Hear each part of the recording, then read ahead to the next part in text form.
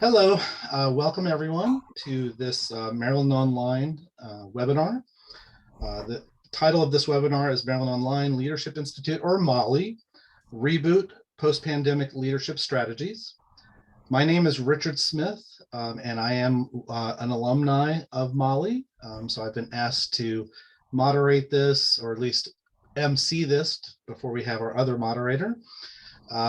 So a couple housekeeping things.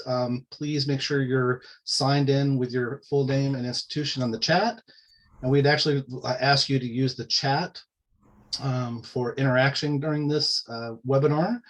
I will be checking the chat room, and the moderators and presenters will also be looking in as they can, and we'll try to get any question answered at that time. So I just want to introduce our panelists for today. First is Kelly Reffitt, Vice Provost from Mercer University, Shinta Hernandez, Dean of the Virtual Campus Office of Elite, Montgomery College, and Carl S. Moore, Associate Vice President for Learning and Engagement at the University of the District of Columbia. So now we're going to introduce our moderator for this panel today is Larry Reagan. And Larry, it's all yours. All righty, thank you, Richard, and welcome to everyone to our conversation today. Just give you a little context. The MOLLI leadership group meets fairly regularly through the year, and we have conversations about, how do we provide added value to our not only to our alums but to new folks looking at MOLLI as well, and what are the topics that we might want to consider. And this one came up, this idea of sort of transitioning back to whatever new normal. We all agreed we don't like that term, but it sort of works. What does that mean for us as leaders, and how do we go about considering that adjustment? And that led to the topic idea, and we've got three great panelists from different types of institutions, which I think is going to be really interesting today. And if you follow any of the articles, writings around higher ed and such, or online learning, this topic just seems to be coming to the top now. I think we're all over the shock of the return, so to speak, but we haven't all figured it out. And that's what we're going to do today a bit. We're going to try to uncover a little bit of what those strategies might be that folks are finding effective. I wanted just to reference, because we sent out that pre-webinar questionnaire for you folks, and we got some really, really good responses back from folks. I just want to, first of all, thank you for taking the time to respond. And I think a lot of what I'm reading through in these responses has to do with things that mostly have worked pretty well. That is, we know there are strategies that probably didn't go well, maybe initially, and they got them corrected. But a few of the things that bubbled up, I just want to refer to, and I'm sure our panelists will share this as well. Communications, of course, came up big time. Frequent and often. And that's a theme I think we'll probably be hearing throughout our conversation today. There's also a really positive, I just want to comment on this because it really kind of lifted me a little bit when I was reading through it. It had to do with the idea that our staff and faculty and students, I think, in so many institutions really responded favorably to this environment, to these challenges, let's say, that people really stepped up, and everyone realized kind of what was happening and realized they had a role to play in helping it to be successful. So that was a very heartening comment. A lot of these other ones have to do with, helping faculty get prepared and administration rethinking different approaches. And that's what's going to lead us into maybe our first question here. So I have a little bit of a lineup, if you will, for our panelists. And I want to start with Shinta. And I'm wondering, Shinta, if you're at Montgomery College, and I'm wondering if you could share with us a little bit about how the pandemic influenced how Montgomery College thinks about the available delivery formats for your educational programs. There's lots of terminology being used, flex programs, hybrid programs, online. How do you folks see now moving into a post-pandemic? How do you frame that thinking? Well, thank you, Larry, and I appreciate that question. So very similar to some of the responses that you had mentioned through that exercise, we realized it was an all hands on deck. We had to set aside some things that may have been perceived as obstacles and just said, we're all going to work together for the sake of our students and our community members, faculty, staff, our other employees, all hands on deck. And what that meant for us when it came to the teaching and learning environments was that we recognized at Montgomery College, we've been delivering a lot of different modalities over the last decade or so. And we have been fortunate to receive recognitions and accolades over the years as being a top online community college in the state of Maryland. But this pandemic, this crisis made us revisit some of those modalities. And we said to ourselves, we need to enhance. We need to find strategies that will sustain those types of environments. And as we are having these conversations and doing research in a very short period of time, right, in early March of 2020, when it all went down, we recognized there was one modality that had been tried out in smaller pockets, but we wanted to scale that up. And that's what we call structured remote synchronous modality, also known as SRT for short. And during that time period, we allocated a lot of our CARES Act money to this delivery mode.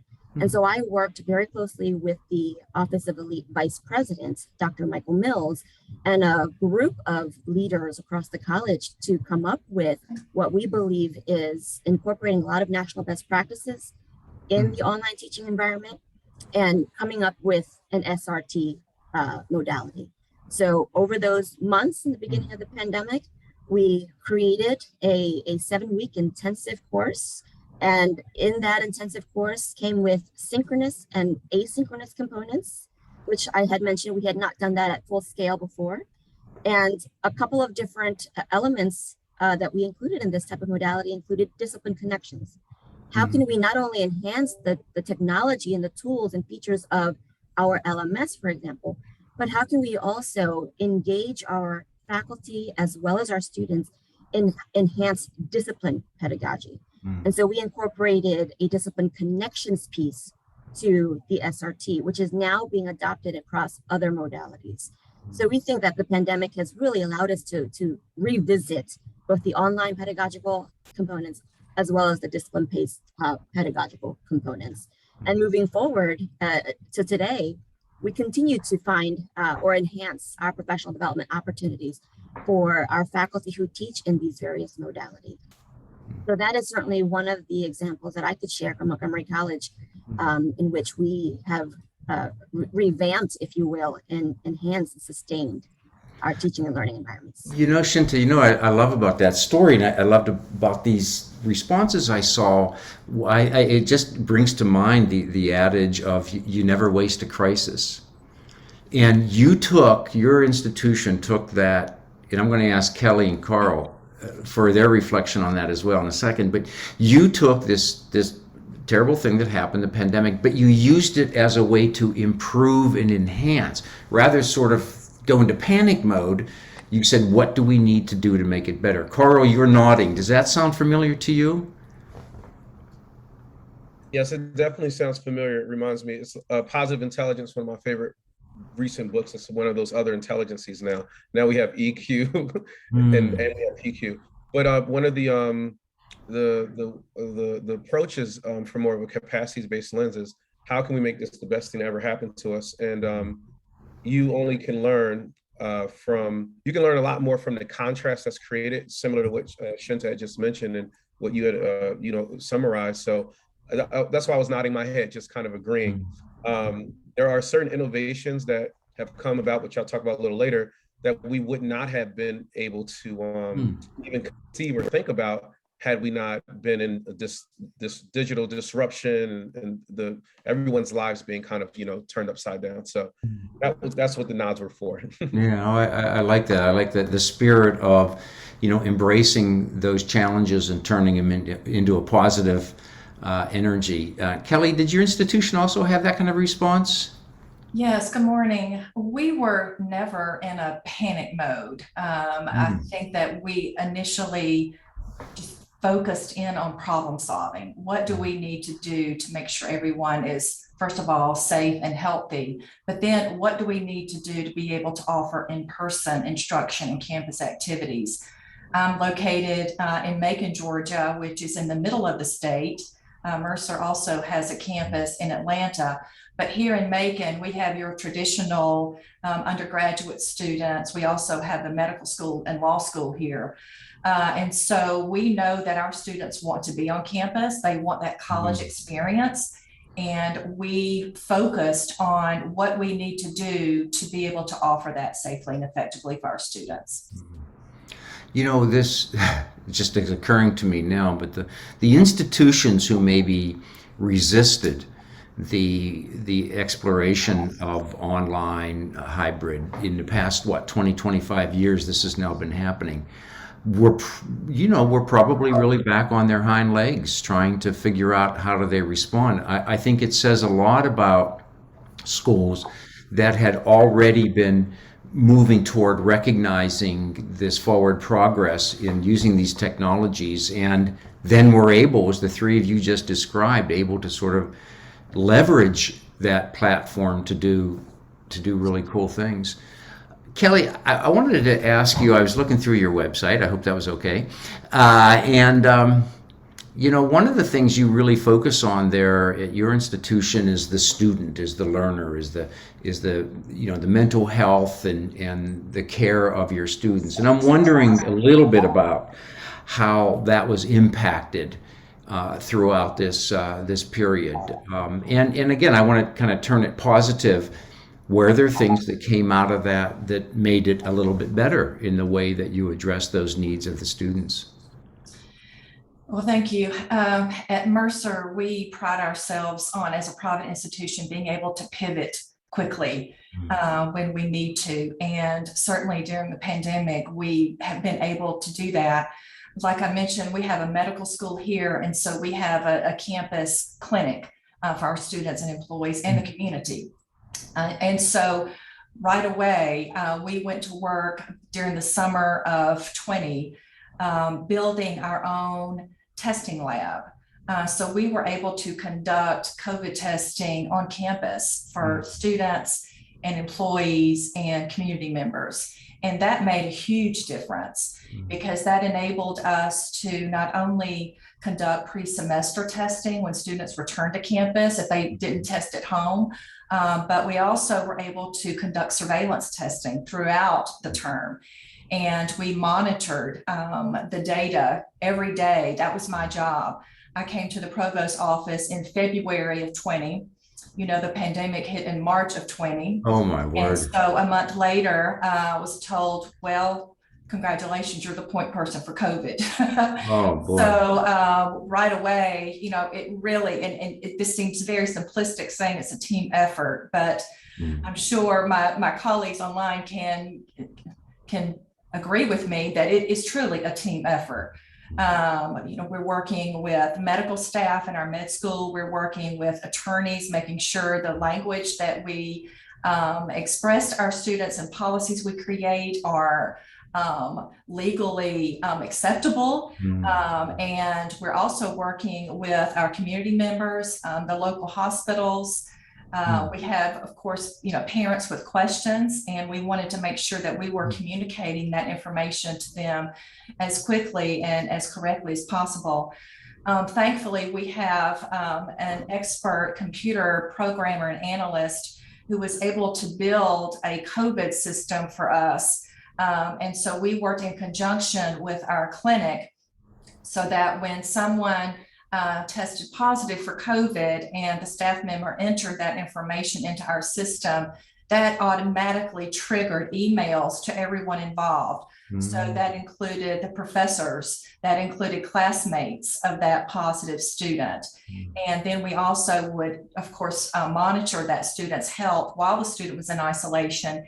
And then the professor would receive another email when the student was cleared from isolation, saying the student has permission to return to class. And so our faculty and students learned to lean on that communication, and they relied on it to know who was safe, to be allowed back in class. We also had isolation spaces on campus. Of course, we used our own student housing for that, but we rented 2 floors of a local hotel when we had surges, and we would have students house at the hotel. We had a liaison from the university who stayed at the hotel to make sure students had everything they needed. Of course, we provided academic accommodations for any student who was not allowed to join in person but could join online. So we wanted to make sure our students were taken care of. We enhanced our mental health capacity. We hired additional counselors. We extended hours. We opened up a 24/7 COVID hotline for students and employees to call anytime, day or night, if they had questions or concerns about COVID. We also conducted later, of course, the vaccine clinics here on campus. So we tried to make it very convenient for people to get tested and to get vaccinated on campus. And in terms of masking, I wanted to mention that, as you know, with the dynamic evolution of COVID, we had to change our policies. And that was something that we would, of course, carefully consider. But in terms of masking, we have gone from it being required in classes and on campus to being optional for students and employees. And then sort of in between those 2 periods, we gave faculty the choice of or having the authority to choose whether they wanted masks in their classrooms or not. And the faculty really appreciated having that authority. Some were more afraid than others about people having masks on in class. And so they did have that authority to require masks in class for students. Kelly, it just sounds so comprehensive. Now maybe as you were going through it, like you're looking at it now in hindsight, we did this and then we did this and this. My guess is, as it was happening, you used the word flexible. You folks probably had to be extremely flexible in accommodating, getting the extra rooms in the hotel and so forth, as a response to what was happening. I'm curious, as you were doing this, what leadership characteristics or behaviors did you see? You mentioned one that kind of triggered in my mind, and that is the use of data. We've already talked about the importance of communications, but how did you see anything sort of bubble up as a leadership response where you said this probably really made a difference, positive, or something maybe that didn't work so well? Right. In addition to what you mentioned about communication, during our meetings, and in the beginning, we were meeting, and this is the university leadership, we were meeting every day, and that included the president and the cabinet. And then it got to where we were meeting twice a week, and then once a week, and then as needed. And of course, that would fluctuate depending on surges. But every week, and we're still doing it now, we collect data and send it to the president and cabinet, and we monitor every site. We have satellite locations, and like I mentioned, we have the Atlanta campus. We monitor it by schools and colleges. We have 12 schools and colleges at Mercer, so we know how many positive cases we have in each school or college. We know how many cases we have in each dorm. We know how many are undergraduate, how many are graduate, how many were symptomatic when they were tested, how many weren't, how many are vaccinated, how many are not. So we have tracked the data, and that has been key for us. in making decisions like continuing reserving the hotel rooms. At some point, we had to make a decision to scale back on the hotel rooms. And it was that data that helped us make that informed decision by just studying the data. I studied every day, but the cabinet and the president looked at it every week to say, okay, the cases are really going down. And we've seen that trend over the past month. Maybe next semester we need to scale back on the hotel. So it provided a tremendous benefit to us. And I'm so grateful that we have been able to build that system. Our analyst told me, I guess it was 3 months into it. Well, first of all, my first question to him was, can we create this system? And I had this vision in my head of what we needed. And he said, I want to tell you that if you can think it, I can build it. And he truly did that. Wow. And 3 months later, he said, I want you to know that typically when we build a new system, it's a team of people. And it takes about 3 months, and we go through an entire testing process.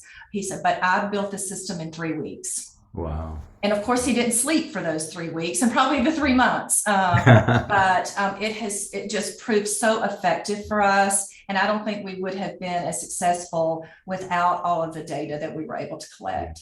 Yeah. Shinta, you're nodding knowingly, I like to say. But you're, as Kelly was talking, you're in a bit of a different situation because your environment did not have the resident-based component. But did you see some of those same strategies, of the leadership team coming together, sharing information? Because it sounds to me like in Kelly's case, they really banded together as a leadership group, and that's what helped move things forward. Did you have a similar experience, Shinta? We did, Larry. Yeah. So while at this community college, we don't have residential housing, one of the things I admired so much during this entire crisis period, if you will, is the nimble and resilient nature of our leadership team at all the different levels. Our communicative nature, very frequent, very transparent. The president and senior vice president for academic affairs, for example, would put out frequent memos college-wide. Surely information to students were also being delivered about what we can do as we move forward, all hands on deck approach again. One of the, Kelly, you were talking about data. One of the things that we also did in our efforts to be communicative is that on our Montgomery College website, and even to this day we have it, is a COVID-19 dashboard. And on this dashboard includes a plethora of information and categorized in different ways, but it would include data on positive cases, for example, so that we knew exactly what was going on in that sense. But it also included other relevant information that both students, community members, faculty, staff, administrators could utilize to help make decisions. Also on this dashboard included contingency plans for each of the different academic disciplines, departments, and units, so that we were all aware of what were our contingency plans at those localized levels. We developed a coronavirus advisory team, CAT team. And so this is a group of people, cross-functional, and just really talking about how to get through all of this and what strategies to implement, and just ensuring our health and safety, number one priority. And then now that team has evolved into an RTCAT, which is Return to Campus Advisory Team. So now thinking about the next stage, we love acronyms over here. So keep track of what they all mean. But the RTCAT is responsible for ensuring that as we all come back to on-campus, on-site operations, we are able to engage in ways that are productive and safe and comfortable for everyone. So Kelly had also mentioned the mask and the vaccination updates. We, for this particular semester, we required everyone to get vaccines, and we required masks, unless you have medical or religious exemptions, of course. But just recently, we've lifted them. In line with Montgomery County's guidelines, we lifted those masks mandates, and we've lifted the vaccine requirements, and moving forward, it's optional. Moving forward into the summer sessions, vaccines are expected / strongly encouraged. So we are now beginning to see, because of the numbers that the county has provided for us and the numbers that we see on our COVID-19 dashboard, returning back to a state that I think a lot of people are probably comfortable with. Yeah. Thank you both. Carl, I'm just kind of curious. I'm going to ask you a similar veined question, but with a little twist. And that is, my guess is that you at UDC had similar experiences that Shinta and Kelly, that is, leadership and all that. What I'd like to know, Carl, is, are you seeing those approaches and strategies becoming sort of part of the institutional process now? Like, hey, this was really a good idea, it really worked. How do we now institutionalize that approach as we move forward? It definitely, especially as it relates to having dashboards and like the real-time data. We've had, I don't know if any of you institutions use Tableau, but we've had access to certain software and ability to have real-time data that really informs. But as you all know, sometimes you can have access to information and not necessarily lead to continuous improvement or becomes actionable. So what it has done is that it's kind of like fast forwarded us to develop more of a culture of being proactive and establishing mechanisms so that we can be responsive. We've done that in certain areas, but and even as it relates to digital, leveraging digital technology to do so, because prior to the pandemic, us being, under-resourced public institution, there were, you had different camps, still good old-fashioned, mechanisms, paper-based, and then you have the digital and even some folks who are early adopters of certain ways to make things happen. So leveraging student data and then environmental there are more variables that we're taking into consideration now as it relates to what informs student success than we were before. That's what I can just say generally without getting into too much detail. So hopefully I answered your question. There's a lot more, but want to be mindful of time. Well, sometimes I think it might take these kind of situations, unfortunately, to force us into actions that were probably good ideas anyways, right? And now you're going to leverage that forward. Yeah. Carl, I do want to stay with you. You used the term under-resourced, and University of District of Columbia maybe is in that. So you never quite have the level of resources that you would like. And I'm just curious as to how that impacted your ability to provide access over this 2-year period. How did you maintain access for your students? Did students not have access, and how did you address that? Yeah, there were a number of things. You have the pandemic, then you also have buildings. We're moving buildings and space. So interesting is that, like, for example, our library, which it was reduced by, at least 30% of the square footage, and, that student study spaces, et cetera, were limited. So during the pandemic, we were faced with, prior to the pandemic, it was students complaining, hey, we need more space as we used to while they're renovating the library. But during the pandemic, when we were able to pivot to digital, it actually created a really great opportunity for us to leverage, digital means, both synchronously and asynchronously, to promote certain outcomes, whether it be business or even student learning outcomes that we would have usually needed physical space for. Like, it forced us to do that. So we were able, I guess it's one of my sayings or whatever, we're able to use technology as our bionic arm to lift more than we could otherwise. So there's a gradient there. There's like the blend between that and that. With our library not having as many spaces before, we outfitted this building, the 6th floor of our building number 71, which is we called them all access. They were called all access learning pods at the beginning. So you have a student that's at home, they may not necessarily have access to a computer. So we built these they're like cubicle style like over 200 of them or so, around about 200, where students can come in during the pandemic, be socially distanced, and actually do their work or participate in an actual virtual meeting that they were having. What's interesting about that is that access created an opportunity for us to innovate when it came to doing the instruction that people refer to as high flex, having it where you're, synchronous with the option, to join remote streaming. So we have this model now for our high flex classes where if you're a student taking that class, you can either stay home or you can either come to the class or you can actually come to campus and be in one of these pods, one of the learning pods.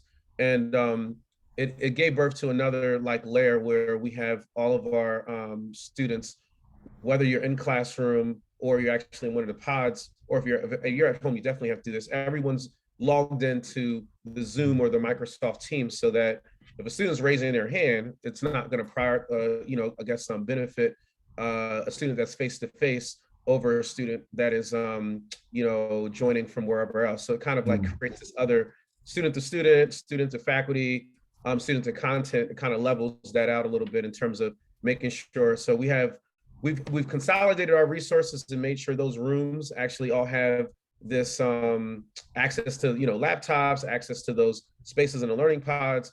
And it's been there's so many like layers to it, but just kind of rattling off a few ways that we were able to create more access and innovation all at the same time from this situation that we were in.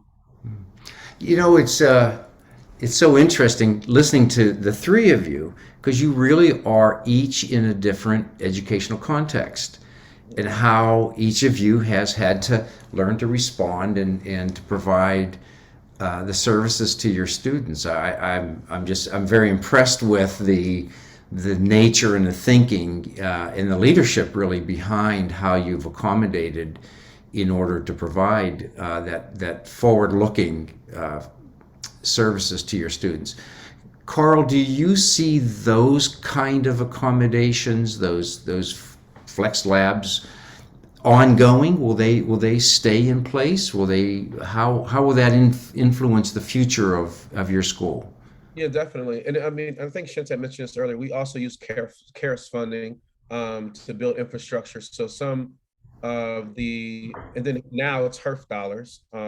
So some of the infrastructure that's been being developed. You have it. Now it's just a matter of kind of refreshing on a 3 to 5 year cycle, depending upon the technology. But we're going to definitely continue to leverage it.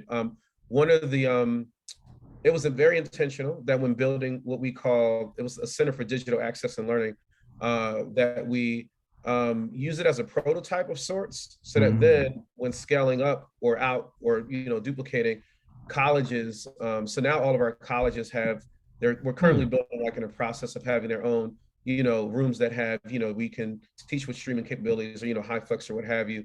And that's just been a real exciting journey for us to actually have folks that were on the other end of the spectrum before, like, no, I don't want to go online, to kind of beating down our door like, hey, oh yeah, you're using this room, now we can actually build some of this stuff out. So we definitely plan on and for me it's about access, but and making sure that we can bolster enrollment. So there are all types of amazing types of ways we can be intentional about bolstering our enrollment. And the last thing I'll mention is this. I think this is super important. The learning management system, this has all impacted the way teaching and learning is happening in a way where we have to be more intentional. Even prior to the pandemic, way long time ago, there are ways in which you could leverage, and we know flipped classrooms, leverage the learning management system and use it as the centralizing piece so that you reduce the amount of variance that's happening from course to course. You at least know, whether you're teaching online, face-to-face or whatever, that a faculty member or whomever the instructor is leveraging this tool to kind of promote learning in these different ways. Now we have it where all of our faculty members, regardless of whether you're teaching or whatever mode, can have this, what I would call more of a mode neutral approach, right?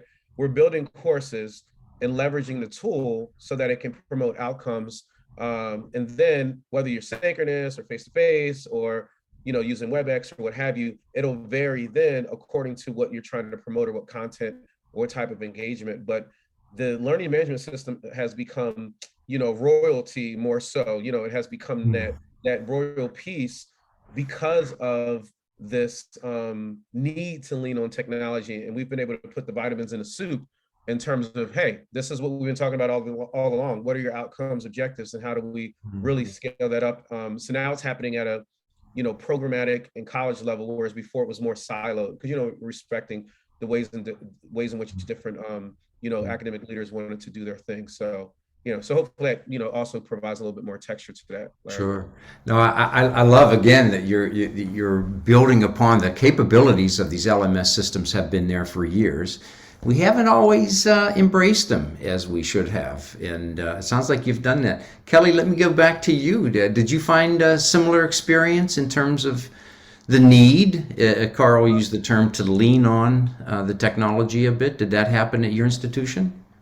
Absolutely. Our faculty here on the residential campus are accustomed to teaching face-to-face.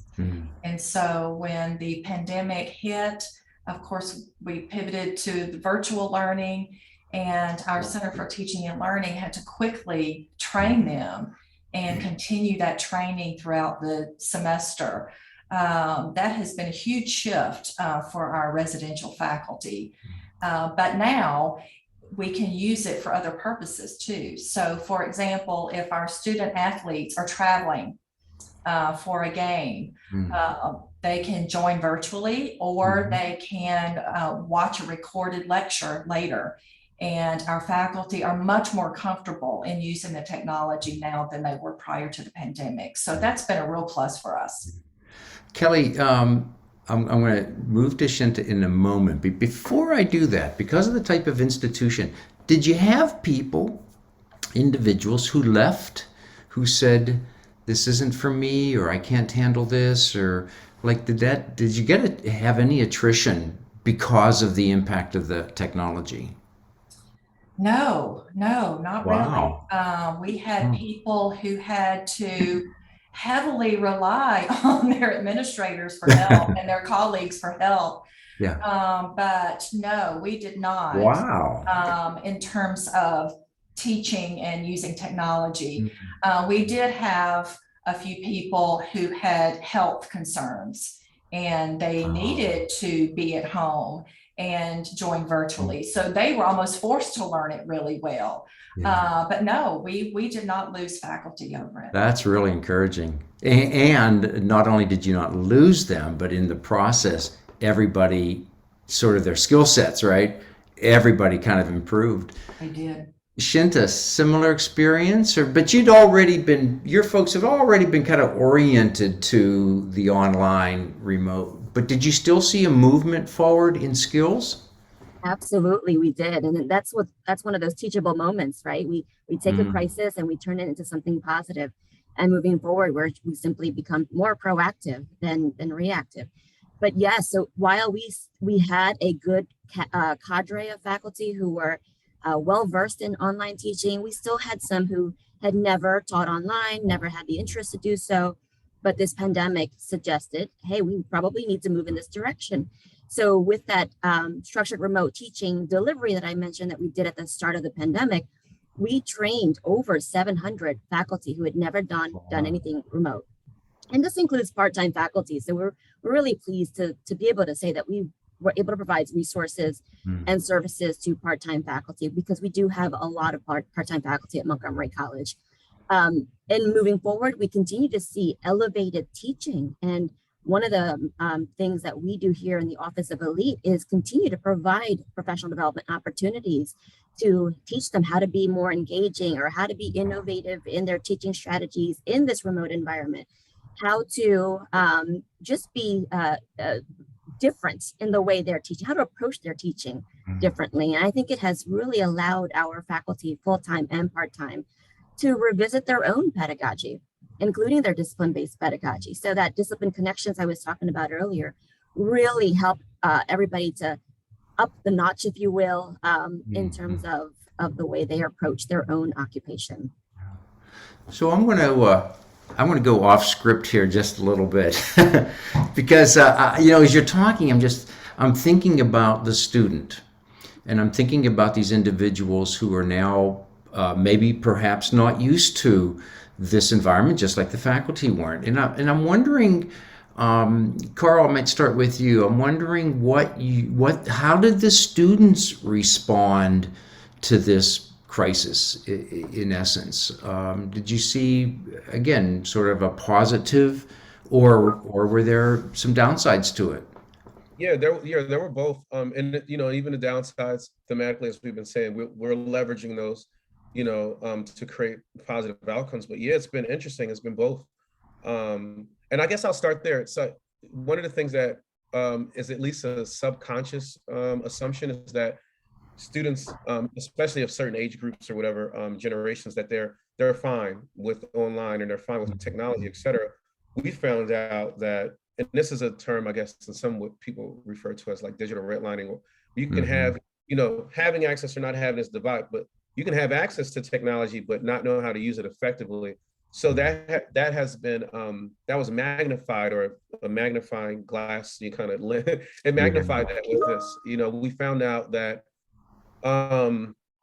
faculty were taking, because this is the applies for faculty as well, but they were taken for granted, thinking, okay, we don't have to teach about the video conferencing software we're using. We don't have to teach about accessing. So there were students, it was impacting student success overall in and out of the classroom, especially the population that we serve, having a large majority adult population, but then also, if they're referring to as like traditional age or right out of high school or what have you. So it was very, very interesting to see.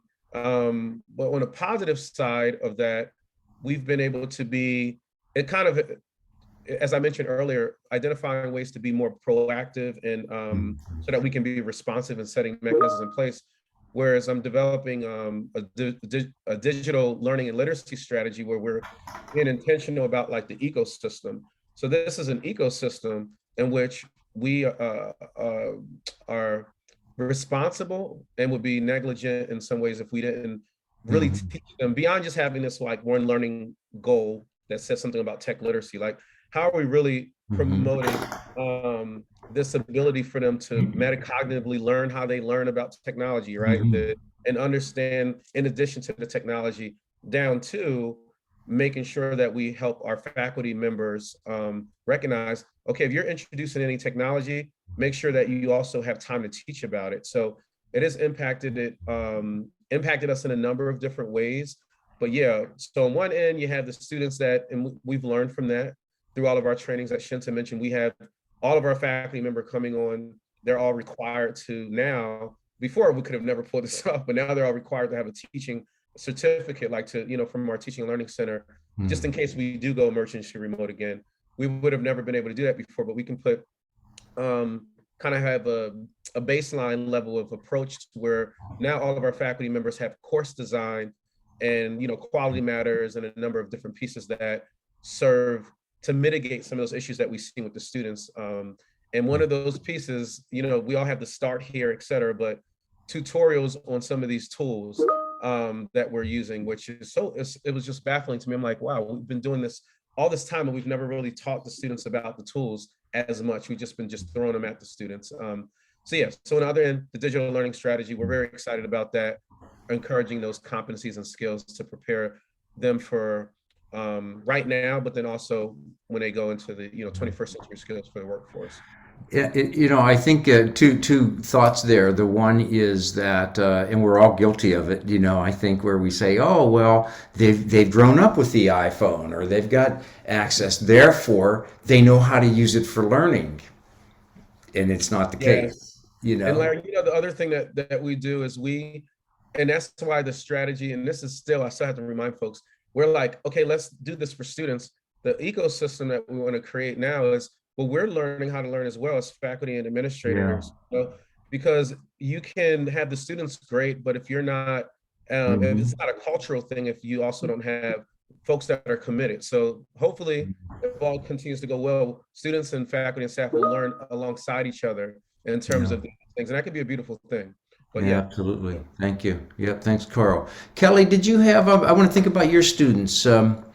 How did they respond, and did they express their needs? Did they express frustrations? And I always like to go back to, and what did leadership do in response to that? Like, how did they think about serving these students? Right. So in the beginning, of course, everyone was scared. And once we all got over the shock of it and realized that this was here for a while and we had to adapt, then we found that our students wanted to be on campus. They wanted to be here. If they were here, they were in some cases afraid to go home because they may have immunocompromised parents, or their grandparents may be living with them and they didn't want to spread the virus. And so they had a lot of anxiety about that. And in that second year, we had students who had gone through their senior year of high school during the pandemic, and they missed a lot of social activities. And then they came to college and they were missing a lot of social activities. And so they were yearning for that. And from a leadership perspective, we had to problem solve again and figure out ways that we could offer those campus activities while keeping people safe and healthy, so that we could have an event maybe outdoors instead of inside. That if we wanted to offer food, then we had dining staff serve the food, and it wasn't a buffet where you served your own food.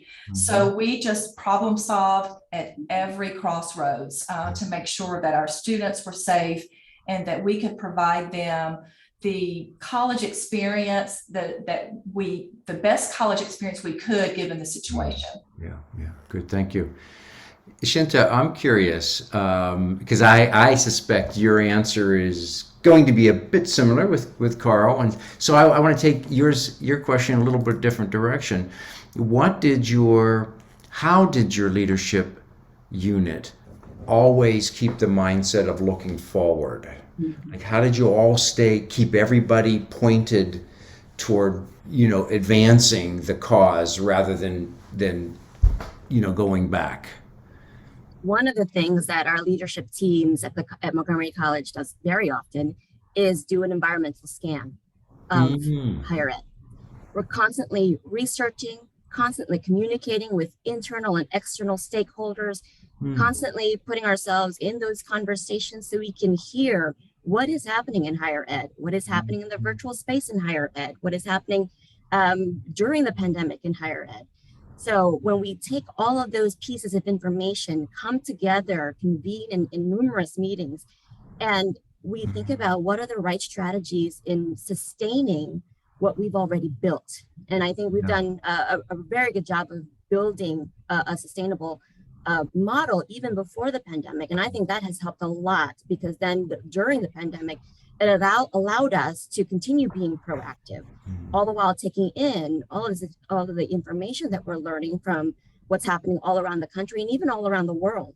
So we take a look at that, and as I mentioned at the beginning of the webinar, everything is a teachable moment. So when we see something that we think, all right, this is probably a good thing to adopt, or let's talk about this and let's engage and see what other stakeholders might think about X strategy, we continue to have those conversations, and then eventually we work on it to have it come to fruition. So that environmental scan has really helped us a lot. And those the networking that we are continuously engaged in, statewide, regional, national, international, the numerous fellowships and collaborations that we have allow us to have those conversations be ongoing. And it has been extremely informative in allowing us to be proactive and thinking about the future instead of, taking steps back. And that actually leads to, which I have not yet mentioned, but that leads to the creation of this virtual campus at Montgomery College. So while the virtual campus was actually supposed to have been launched before the pandemic, then the pandemic hit and it kind of just accelerated the process for us. Sure. So the pandemic is allowing, the virtual campus rather, consists of two teams. One team is looking at how to implement in the here and now And then there's another team called the Horizon team that's looking at the future of the virtual campus. Again, because we want to make sure we're forward thinkers and not do anything that might make us take steps back. Shinta, I love that, and that's something in MOLLI that has come up every year, and that is the networking dimension. But the other piece of that I think is absolutely critical is that idea of the environmental scan. So knowing what's going on, and you mentioned these levels, locally, regionally, statewide, nationally, and internationally. How are other institutions being impacted? How are they responding? Gathering that data and using it to inform your forward-looking policies and procedures, and the fact that you were able to kind of leverage this as a way to accelerate your online presence, I think is marvelous, is brilliant. I want to switch a little bit. This one might be a little bit harder to answer, but I want you to think about it. We talk and we want to be thinking about what are the positive leadership responses that work. I tried this strategy and it worked. I'd like to know from you if there was something that leadership did that didn't really either work or didn't really help very much, that when you look back, you go, that turns out. Now, no blame here, no names, but I'm just thinking, were there things that maybe didn't go so well that we can learn from? Let me start with Kelly on that one. Sorry, Kelly. I'm thinking of specifics. We offer flu clinics on campus where students can get flu shots. And of course, during the pandemic, it has been critically important for people to have their flu shots to stay healthy. We try to promote that much more so than we have in the past. We offered incentives. Students here love parking passes, and so we had parking passes and other kinds of incentives to get people to get their flu shots, and it just did not work very well. And so we did not incentivize the vaccines like that. We did not offer prizes or had any sort of raffle for people to get their COVID vaccine, because we learned the lesson. It didn't work for the flu shot. Interesting. Okay, that's counter to what I would have thought. I would have thought, okay, you offer something. Carl, how about you? What strategy or technique did the institution try that maybe didn't go so well? Well, I think this is being recorded, right? So I don't know if yes, it is. But no, I'm just kidding. So I think there is it's interesting, because I think one thing that we tried to do is related to the pandemic is treat every disciplinary, every college division the same. And we learned quickly that, going online or remote for certain programs and other programs, there's different essential or critical outcomes or things it's different. So at the beginning, it was like everyone's emergency remote, et cetera. And then after we've learned and collected more data and information, it's kind of like a gradient of risk, right? And making a decision and empowering the leaders from, like, for example, right now, we're still under restrictions, but it's like, except for the law school, right? For certain things. And then it's like, there's this percentage of emergency remote instructions, but except for these programs. So our provost and our leadership team did a great job initially, after understanding that this wasn't going to work, because there are fundamental outcomes or goals that we had in certain areas, even for certain programs, that we just couldn't meet, or we just needed to stop, like literally stop, stop proceeding instead of trying to do it online. So we learned really quickly, and now we're more agile, more of an amoeba of sorts as it relates to that. So that's what I would say is what we've learned, to we all know one size doesn't fit all, but we had a lot of one size fits all at the beginning, and we've learned really fast about that. Yeah, thank you. Well, again, that goes back to that word nimble. You had to make those adjustments and learn the nuances of how to serve each of those discipline areas. Thank you. Thank you. Shinta, what maybe didn't work so well or go so well in your institution?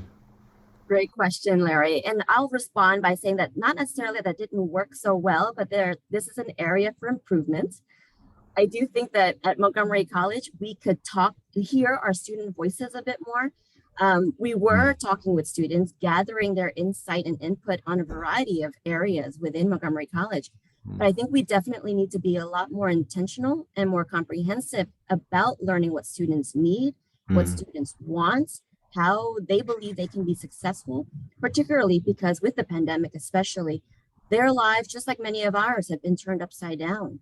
And we don't necessarily know exactly how that they've been turned upside down. We have theories, we suspect things, we may be talking to certain pockets of students, but I think if we did it in a much more comprehensive way, we'd be able to be much more informed about the strategies moving forward. So for example, I'll just give this one piece. With the virtual campus, I meet with students in my Meet the Dean office hours to learn more about what their issues might be, to learn more about what they might need in the virtual space to be successful. But also, we just want to know, how can we sustain all of the operations at Montgomery College for our students? Because not only is higher ed changing, but our student demographics are also changing, student populations and preferences are continuously changing. And in order for us to be proactive instead of reactive, we have to know that information up front and early on.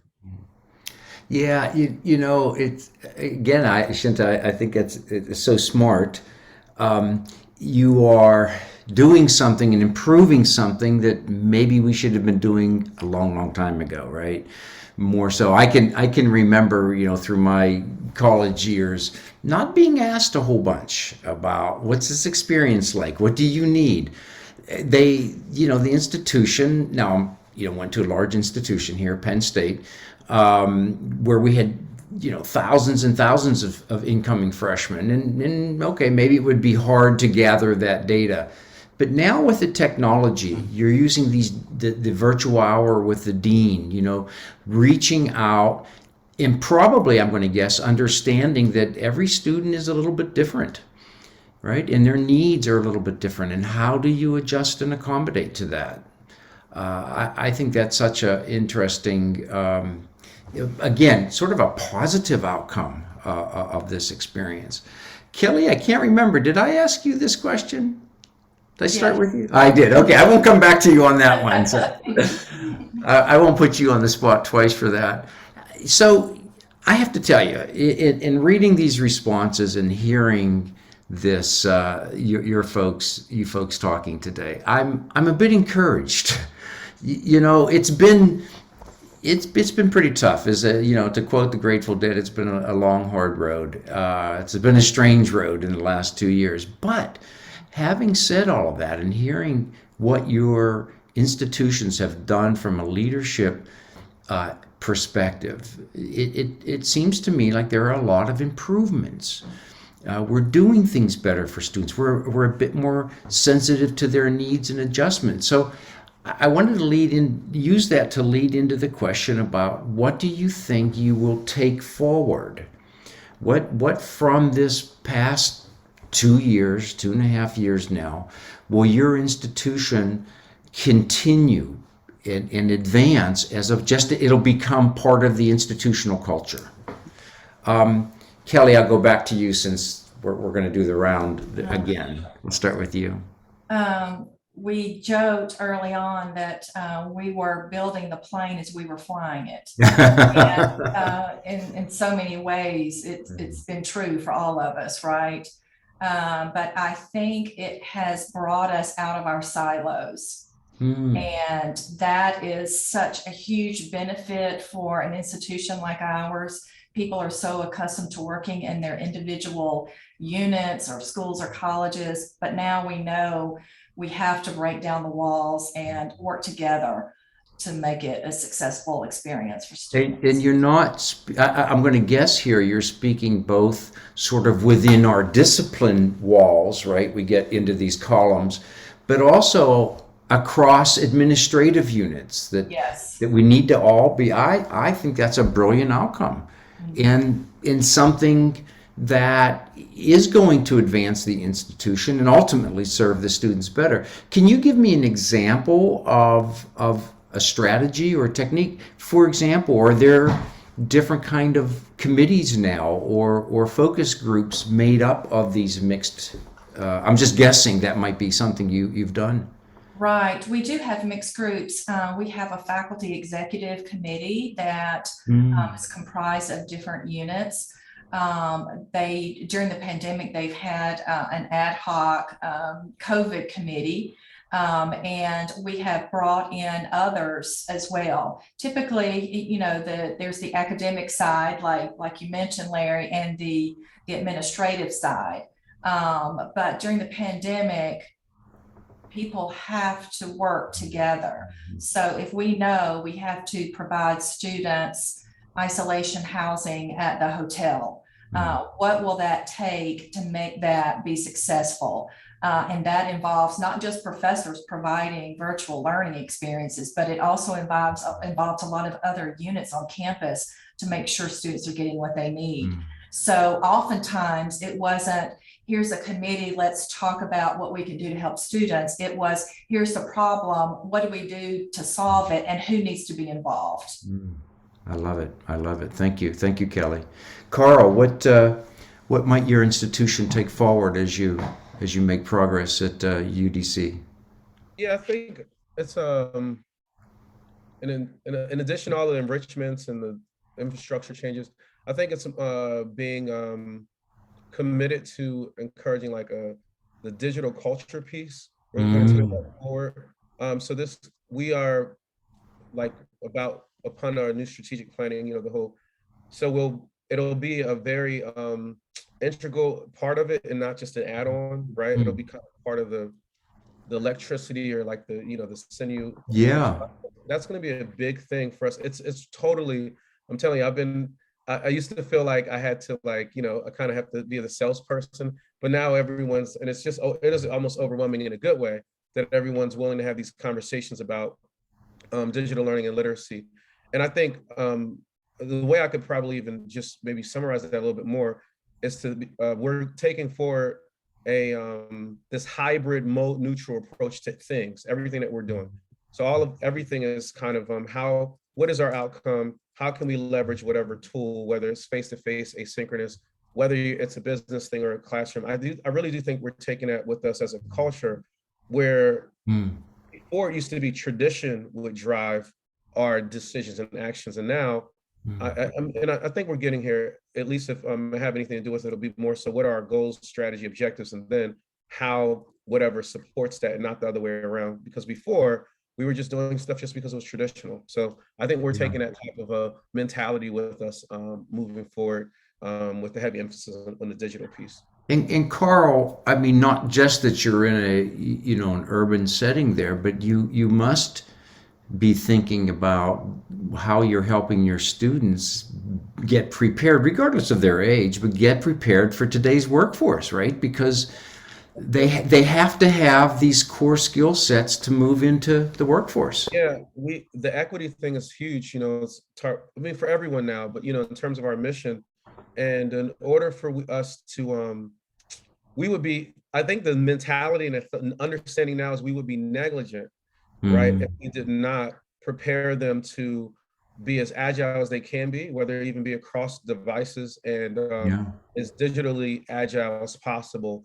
In terms of using different tools. So, and the great thing is we have structures in place, a lot of brilliant, amazing folks to really make sure that's incorporated into the student experience, the classroom experience. And then, as I mentioned before, that whole ecosystem and making sure our faculty, staff, and administration we're also practicing what we preach. So we're definitely taking that forward with us. And it's very exciting, I must, because I would have probably had to wait, many years, but it's we've quantum leaped into this. So it was a really great opportunity to do so. Well, good for you, good for the institution. And I have to say, listening to you, Kelly and Shinta, I'm also encouraged by the energy and the commitment you have to serving your institutions and helping guide that. Shinta, to you, what's the maybe one, I know there's probably many, but what's one thing that comes to mind in terms of what you folks might take and at Montgomery College and move into the future as just part of the DNA of the institution? So I'll respond by saying that we were already doing this, but this pandemic, what it has definitely taught us is that we have to be intentional. So my response to this question is collaborate, collaborate, collaborate. So it's a mixture of what both Kelly and Carl had already mentioned. We collaborate now for the purpose of advancement and sustainability, rather than just collaborate for the here and now. So when we think about whether it's a course redesign to embrace inclusivity and social justice, whether it's for improving our wraparound services for our students in the classroom, virtual or on campus, including libraries, learning centers, those types of wraparound services, whether it's for diversifying our committee work and making it much more cross-functional, regardless of what area of Montgomery College we're looking at, to engage in intentional and comprehensive collaboration and networking, both internal and external, I think is going to be crucial for the health of any higher ed institution. Yeah. So that's what we're doing.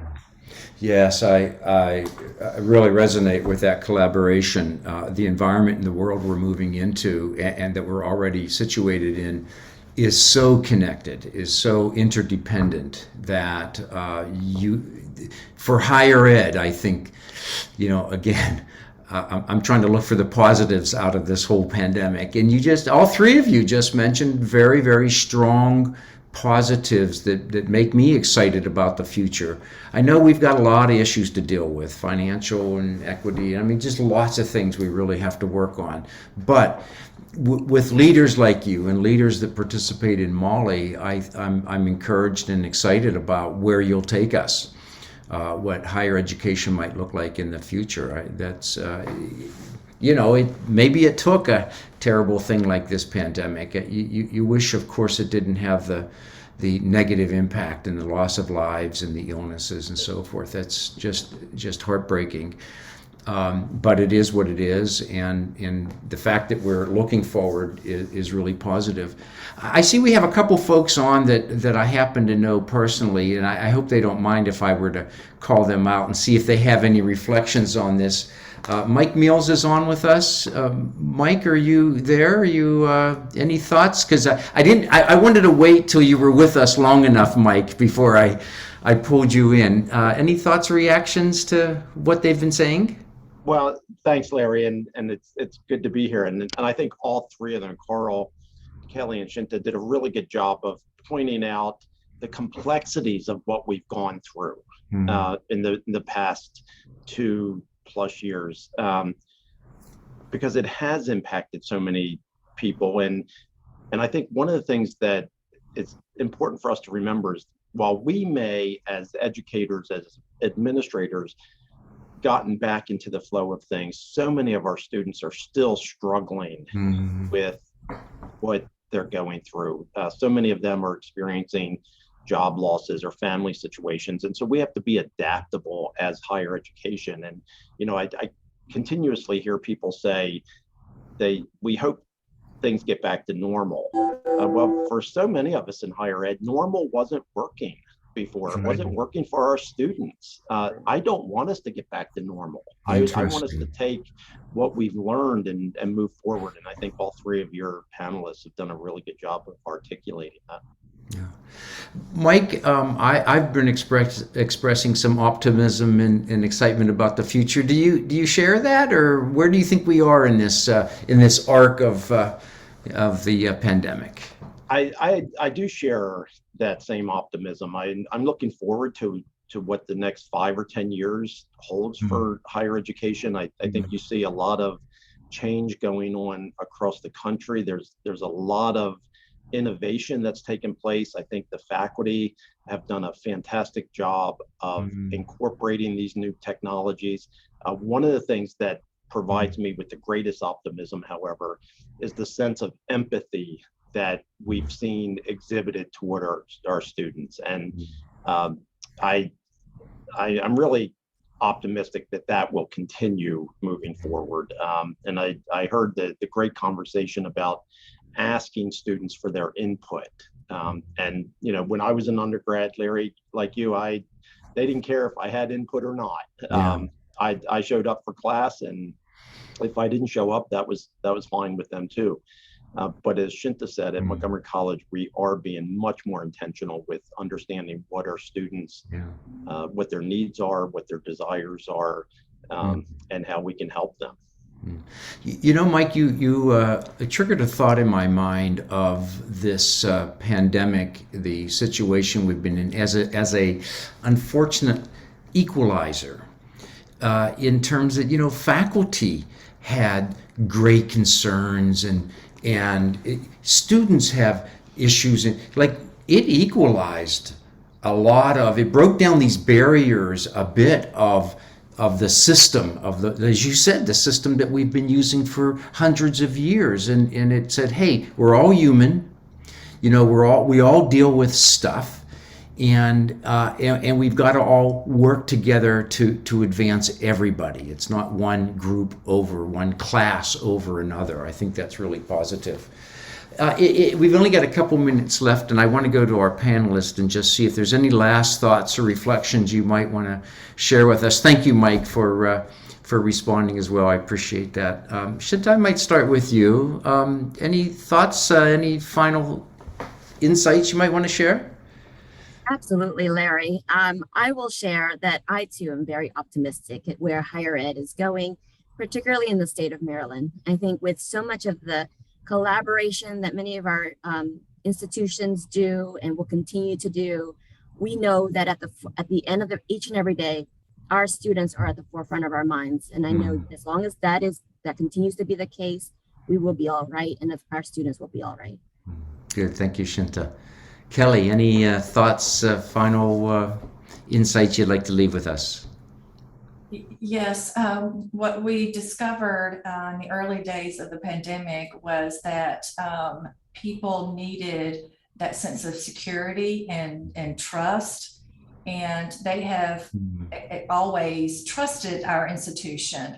The parents have trusted us, the students have trusted us, but everybody was very afraid and leery about what college was going to look like during a pandemic. And so I think with that notion, we needed to make sure that we continue to build that trust with our community, our university community. And we knew that they were leaning on us and depending on us to be that stability for them. When the world may seem out of control, we needed to be safe and secure. And we always kept that in mind. And I'm really grateful because we were able to do that. And that's something that I will always carry with me of how important that is to communicate and cooperate and do all the things that we've talked about today. And it's all about building those positive relationships and building that trust. And that's what higher ed needs. It needs the trust of the community. So that's just something for us to keep in mind as we move forward into a new world. And Kelly, I think that's a very good observation in the sense that we cannot take that trust for granted. And you use the word of continuing to build and retain and reinforce that trust. I think that is a great mindset. Thank you. Carl, from your end, any final thoughts, observations? Yeah, thanks, Larry, for having me today. And it was a pleasure sharing the panel with Shinta and Kelly. Learned lots from you both today. I would definitely echo what was stated. Let's see, in terms of an addition, one of the things that, Moore's law, there's Moore's law, when we look at technology, when we were younger, it's like a new television set every 10 years, but now it's like next year, we're gonna have something that's like 10K, right? Moore's law is in effect. And that being the case, it affects us in two ways, right? In one way, it means that the ways in which we are able to meet the neurodiverse and the socially diverse needs of our learners are growing because technology can be an enabler of that. So I'm really, really excited about learning happening in ways that we never thought before. So people really truly having students having access to learning versus just the opportunity to get more debt or have to sit in the classroom. So very excited about that with technology. On the other end, there's also we also have to be conscious about, as we move at such a rapid pace, we have to be intentional about how to improve outcomes for a wider range of folks who may not have access to the digital element, whether that be in terms of cost or just exposure and working with communities. So there's this two-tailed thing, very excited, but then also very aware. So it's kind of like, say the best of times, the worst of times. It's going to be really amazing for learning, teaching and learning, breaking tradition. We also be mindful at the humanizing piece, right? In terms of really thinking about folks. So those will be my final thoughts. And and thanks again, Larry. Carl, I love that you leave us on the humanizing end of things. In the end, we are human beings, and the best of us can come forward at times, and we also have to keep in mind those who don't have some of the advantages, and make sure that we're bringing along everybody through this process. So I'm going to turn it over to Richard here. But before I do, I just want to thank our group. It's been so fun working with you and learning from you, and thank you for the time and sharing your experiences with us today. Richard? Thank you. Hello. So there wasn't any specific in the chat, so I figure I'll just put this up on the screen now, and then if we've got any questions or anything like that, we can. Up on the screen is a certificate. If you need to show attendance to this webinar, just take a screenshot of that. And then I want to actually thank Larry, Shinta, Kelly, Carl. It was a great webinar. But if there's any last second questions or comments or anything like that, let us know. Otherwise, thank you for attending, and have a good day. Good day. Thank you, Richard. Thank you. Thank you, everyone.